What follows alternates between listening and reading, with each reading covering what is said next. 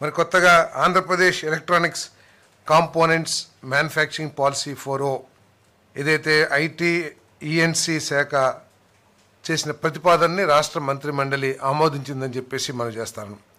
ఇప్పటివరకు ఏమిటంటే మన రాష్ట్రంలో కాంపోనెంట్స్ తీసుకొచ్చి అసెంబ్లీ చేయటం కానివ్వండి, లేకపోతే కాంపోనెంట్స్ని ఇంపోర్ట్ చేసుకుంటాం, ఆ ద్వారానే ఎలక్ట్రానిక్ ఇండస్ట్రీ ఆ స్థాయిలోనే ఉంది తప్పితే పూర్తిగా అన్ని కాంపోనెంట్స్ని ఇక్కడే తయారు చేసుకుని అంటే ఫుల్ ప్రోడక్ట్ని ఒక టీవీ కానివ్వండి, ఒక ఫోన్ కానివ్వండి, లేకపోతే ఎలక్ట్రానిక్కి సంబంధించిన ఏ పరికరమైనా సరే 100% ఇక్కడ మ్యానుఫ్యాక్చర్ కాబోట్లేదని ఇది మనందరికీ తెలిసిన విషయమే.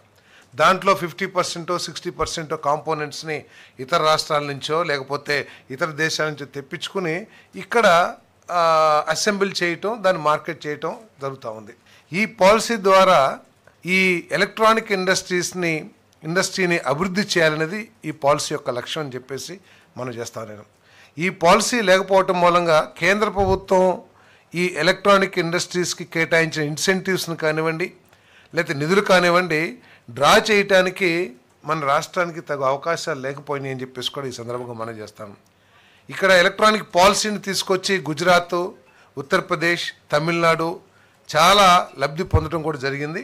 మరి ఈ పాలసీ తీసుకురావడం మూలంగా రాబోయే సంవత్సరాల్లో $100 to $150 బిలియన్ బిజినెస్ మన వ్యాపారం మన రాష్ట్రంలో జరుగుతుందని చెప్పేసి కూడా నేను మనవి చేస్తాను. ఈ పాలసీని తీసుకురావడం ద్వారా ఇప్పటికే చాలామంది ఈ ఎలక్ట్రానిక్ తయారీదారులు అయితే ఎవరైతే ఉంటారో వారందరూ కూడా ఇక్కడ ఇన్వెస్ట్మెంట్ పెడతానికి మరి చాలా ఉత్సాహం చూపిస్తారని చెప్పేసి కూడా నేను మనవి చేస్తాను. మరి వారు ఇక్కడ ఇండస్ట్రీ పెడతాం ద్వారా ఈ పాలసీ ఉండటం మూలంగా కేంద్ర ప్రభుత్వం నుంచి కానివ్వండి, రాష్ట్ర ప్రభుత్వం నుంచి కానివ్వండి అనేక ఇన్సెంటివ్స్ని పొందటానికి అవకాశం వస్తుందని చెప్పేసి కూడా మనవి చేస్తాను.